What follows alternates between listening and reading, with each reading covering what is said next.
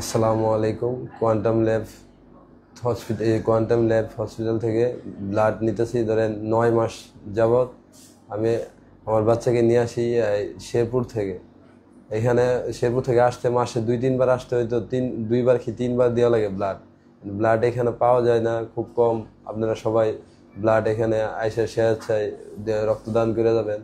আমাদের বাচ্চাদের সমস্যা ধরেন ব্লাড দিতে অনেক হয়ে যায়, মানে ধরেন পাওয়া যায় না। এখানে আসলে মানে ধরেন স্যাম্পল দিলেও আপনারা সবাই কালেকশন করে দিবেন, ব্লাড দান করবেন।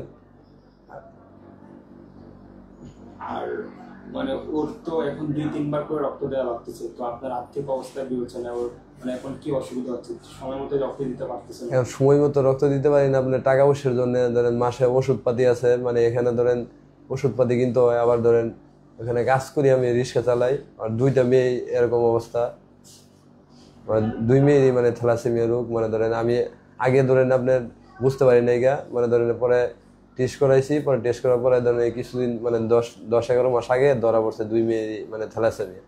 মানে 2 জনের ব্লাড দিতে হয়, মানে ধরেন মাসে 2-3বার করে জায়গা, 2-3বার আসা যাওয়া অনেক কষ্ট। এখানে এখন থাকি মানে এয়ারপোর্ট বিমানবন্দর থেকে ভিতরে দক্ষিণখান এলাকায় থাকি।